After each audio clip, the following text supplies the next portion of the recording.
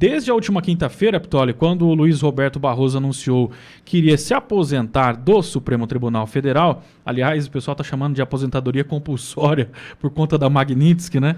O Jorge Messias largou muito à frente de qualquer outro concorrente para ocupar a vaga do Barroso, notadamente, inclusive, à frente de Rodrigo Pacheco, candidato preferido de Davi Alcolumbre e de alguns ministros do Supremo. E aí, sair na ponta nem sempre quer dizer que a situação será mantida ao longo do processo de escolha. No caso de Messias, no entanto, é possível dizer que a sua posição está praticamente consolidada, Ptolemy. No entorno de Lula, a frase mais repetida sobre a sucessão no Supremo é um só. É ele, Jorge Messias. A expectativa é que Lula defina essa indicação muito rápido para que as naturais pressões por Pacheco, ou por uma mulher, ou por uma pessoa negra, que já inclusive está ventilando, não se evoluam, principalmente na imprensa e no Congresso. O anúncio do nome de Jorge Messias se daria entre a sua volta, a volta de Lula da Itália, que deve acontecer amanhã, e a viagem dele para a Indonésia e Malásia a partir do dia 24. Então, essa é a principal informação de que Jorge Messias tem uma certa liderança em relação à indicação para o Supremo Tribunal Federal.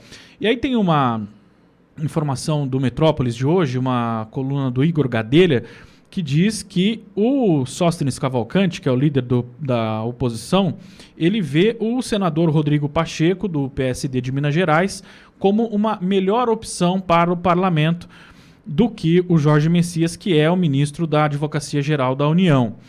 O Pacheco e Messias são apontados hoje como os nomes favoritos, como eu disse, para serem indicados por Lula para a vaga do Barroso. E integralmente a Frente Parlamentar Evangélica, ou melhor, integrante da Frente Parlamentar Evangélica, o Sóstenes avalia que Jorge Messias, que também é evangélico, não agrada a bancada. Ele diz o seguinte: evangélico de esquerda que não tem interlocução não vai agradar a Frente Evangélica.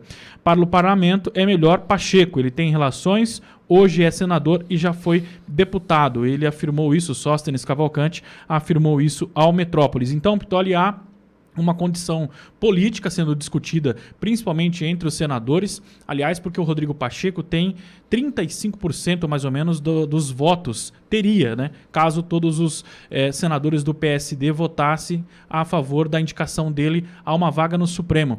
Então, já tem essa discussão e ela está fervendo e muito nos bastidores da política. Como eu disse, o Jorge Messias sai na frente porque é o preferido de Lula, mas há essa pressão por parte de senadores para a escolha de Rodrigo Pacheco.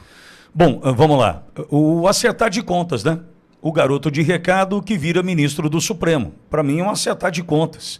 Não teve aquela história também dos honorários agora da AGU, 300 mil reais aqui, ou não sei quantos mil reais lá, tal, enfim. Para mim é um acertar de contas diante do que o garoto de recado tentou fazer ali atrás, né, levando o Messias, levando a cartinha da Dilma para o Lula, enfim. A gente já sabe da história, não é? Mas veja como essa engrenagem está cá a comida do Brasil. E antes de falar dessa engrenagem cá a comida, um ponto. Barroso, dizem que Pacheco deve ficar para depois, não é porque mais ou menos é preferido ou não é o preferido. Parece-me que tem algo aí que é interessante, né? E aí, eu não estou nem aí para o Pacheco, porque ele ajudou a destruir o Brasil.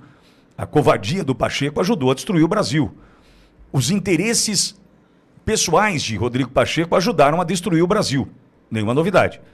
Então eu não estou nem aí para ele. Aliás, eu quero que se lasque. Vamos lá. Parece-me que o suplente do... Sabe dessa, Barros? Do suplente do Pacheco? Não. Então eu vou te contar. Parece-me que o suplente do Pacheco tem um viés de direita bolsonarista. Entendeu? Entendi. Então ele indo para o STF, ele libera a vaga para o suplente que teria um voto bolsonarista no Senado.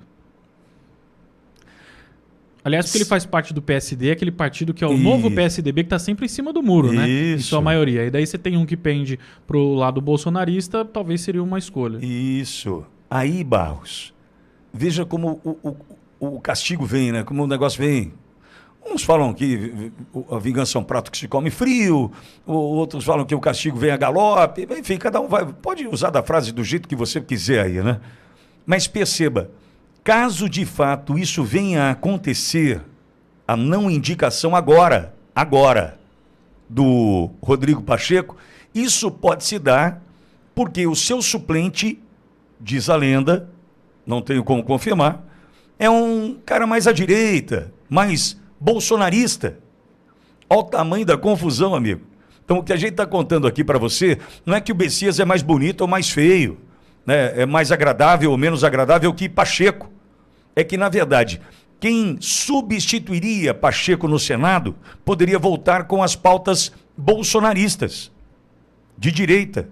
Ou seja, não agradaria nem Kassab, que perderia o controle sobre aquele, por exemplo, entendo eu, e nem a base do governo Lula, que é quem escolhe. Deixa eu olhar o suplente do Pacheco. O cara vai votar com a pauta bolsonarista? Eu não quero esse cara, não. E ó,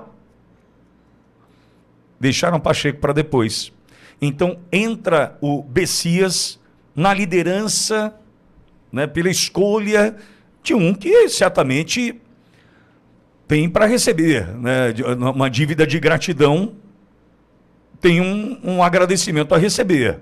Se expôs, viveu o que viveu naquele momento de Lava Jato, vira ministro da AGU, da Advocacia Geral da União. Soubemos tempos atrás de honorários maravilhosos e agora a possibilidade de ir para uma cadeira do Supremo Tribunal Federal. Agora, voltando à questão da engrenagem carcomida. Temos, nesse governo, já vamos para o terceiro nome de indicação de Lula, certo? Certo. Sorte grande? Entendo que sim. Previsível? 2 vagas. Primeira, Cristiano Zanin. Aquele que Lula apontou como absurdo, indicação de um amigo, de um conhecido, de um não sei o que tal, e Lula fez a indicação do Zanin. Advogado de Lula. Nós, por exemplo, aqui da Auriverde, ao longo do pleito de 2022, quando Mara Gabrilli, nossa, que vergonha, Mara Gabrilli passou por aqui e trouxe à mesa o caso Celso Daniel, que naquele momento reverberou pelo Brasil, nós fomos processados pelo escritório do Zanin, 2022.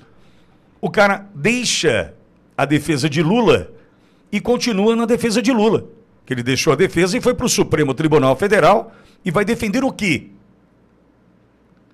Santo ingenuidade, Batman, a gente achar que vai fazer alguma coisa diferente, né? Aí, Flávio Dino. Dino consegue uma cadeira no Supremo. O bastidor diz que é muito ruim. E eu não posso trazer aqui porque não é fato, eu não tenho como provar. Mas diz que o bastidor, né, dessa cadeira conquistada por Flávio Dino, então ministro da Justiça e Segurança Pública de Lula, que vai à Maré, ao Complexo da Maré, com uma escolta inadequada, chegar àquela cadeira, diz que o bastidor é muito ruim. A gente vai intuitivamente concluindo aqui, mas, repito, o bastidor não é bom dessa escolha de Flávio Dino. Dizem as más línguas e boas línguas que essa escolha se deu de uma forma, eu preciso tomar cuidado, não muito legal. Você já me entendeu. Ok. E chegamos agora à terceira vaga escolhida ou preenchida por um indicado de Lula, que coloca ali um garoto de recado em tempos de Lava Jato e agora um ministro da AGU. Essa engrenagem funciona no Brasil? Que engrenagem? A Constituição de 1988, que prevê a regra para indicação, a lei que determina, ou como se dá a indicação de um ministro do Supremo Tribunal Federal no Brasil, isso funciona bem? Não funciona bem. E vou dizer, hein, independentemente de quem está no poder, hein? Independentemente. Bolsonaro, por exemplo, vamos lá. Presidente Bolsonaro escolheu Nunes Marques. Um dia a gente te conta como se deu a escolha do Nunes Marques. Eu ainda não posso contar. Um dia a gente te conta. E André Mendonça. O André Mendonça sentado em cima de um mandado de segurança que pode colocar nas mãos dele a relatoria da trama golpista. Fez o quê? Sentou em cima. Questões envolvendo CPMI do INSS. Todos recorrendo ao Supremo Tribunal Federal e encontrando na pessoa do ministro excelentíssimo André Mendonça, a possibilidade de não responder, de não comparecer, busca e apreensão que não resulta em prisão. Ou seja, mesmo os indicados por aquele que você defende, que é o presidente Bolsonaro, mesmo os indicados por Bolsonaro, hoje, não atendem às expectativas dessa parcela conservadora do eleitorado. Para mim está certo. Para mim você já entendeu isso, né? Sim. Agora, vamos voltar. Gilmar Mendes, indicado por Fernando Henrique Cardoso, o maior comunista do Brasil. Gilmar Mendes. Aí, vamos pegar. Alexandre de Moraes, indicado por Michel Temer. Para mim, o sistema em si. 2 do Bolsonaro. Nunes Marques e André Mendonça. Só indicados, né? Só indicados pelo Bolsonaro, porque não tem nada de Bolsonaro aí. Só indicados. E 7 indicados por Lula e Dilma. E agora Lula vai por 3º indicado por ele.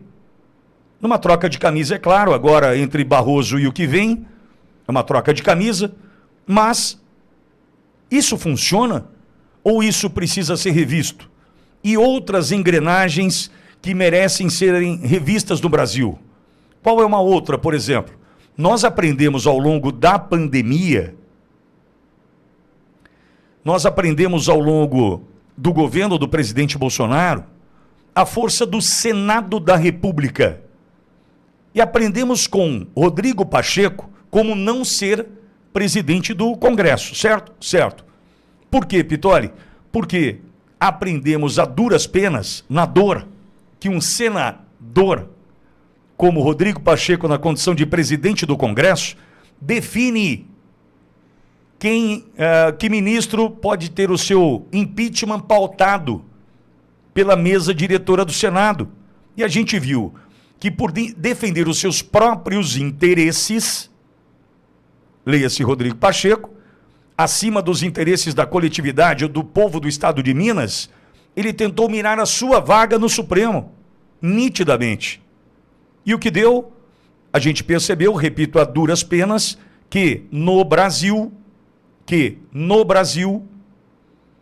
essa engrenagem não funciona também. Ou seja, um único homem, o presidente do Senado, um único homem pode definir quem vai ou não vai ter o seu pedido de impeachment pautado?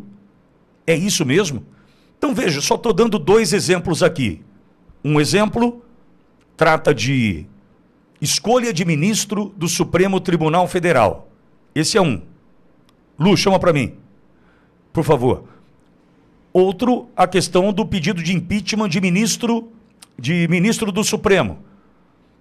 Nitidamente a gente percebe que são engrenagens carcomidas por algo que ficou bonito no papel, legal na teoria, péssimo na prática. Péssimo na prática. O que significa isso? Significa que quando legislaram com relação à indicação de ministro do Supremo, eles acharam que não haverá, se bem que acho que não, né? Haverá isenção na escolha. Como é que Lula vai ser isento? Deu no que deu. Então é hora de rever essa engrenagem. É claro que precisamos de uma Assembleia Constituinte, melhorar a qualidade dos deputados que ali estão. É claro que precisamos disso. Esse parlamento agora, é impossível imaginar que algo poderia dar certo, né? Mas a gente tem que começar a pensar nisso. Essa engrenagem não funciona mais.